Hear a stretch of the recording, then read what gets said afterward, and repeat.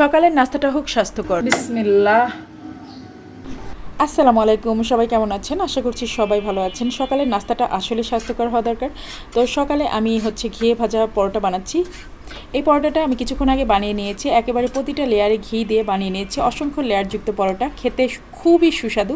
আর পরোটার রেসিপি দেখতে চাইলে আমাকে কমেন্ট করে জানাবেন, আমি অবশ্যই রেসিপিটা আপনাদের সাথে শেয়ার করব। তো এখানে পরোটাগুলো আমি ভেজে নিচ্ছি। পরোটাগুলো ভাজার সময় আর আমি আলাদা করে ঘি দেইনি বা তেল কোনোটাই ইউজ করিনি, কারণ হচ্ছে এর ভেতরে প্রতিটা লেয়ারে আমি ঘি ইউজ করেছি এবং অনেক ঘি দেওয়া আছে, যার কারণে আর পরোটাটা ভাজার সময় আলাদা করে ঘি দেওয়া লাগেনি। তো এই তো ঘিয়ে ভাজা পরোটা আর ডিম ভাজি, এটাই হচ্ছে এখন সকালের নাস্তা। আর সাথে একটু পেঁপে ছিল, পাকা পেঁপে, সেটাও কেটে নিয়েছি। সকালের নাস্তাটা আসলে স্বাস্থ্যকর হওয়া দরকার। তো বাচ্চাদের খাওয়াই দেওয়ার পরে আমাদের দুজনের জন্য এই যে নাস্তা সাজাই নিয়েছি, এখন আমরা দুজন খেয়ে নিব। আমার আজকের ব্লগটা আপনাদের কেমন লাগলো কমেন্ট করে অবশ্যই জানাবেন।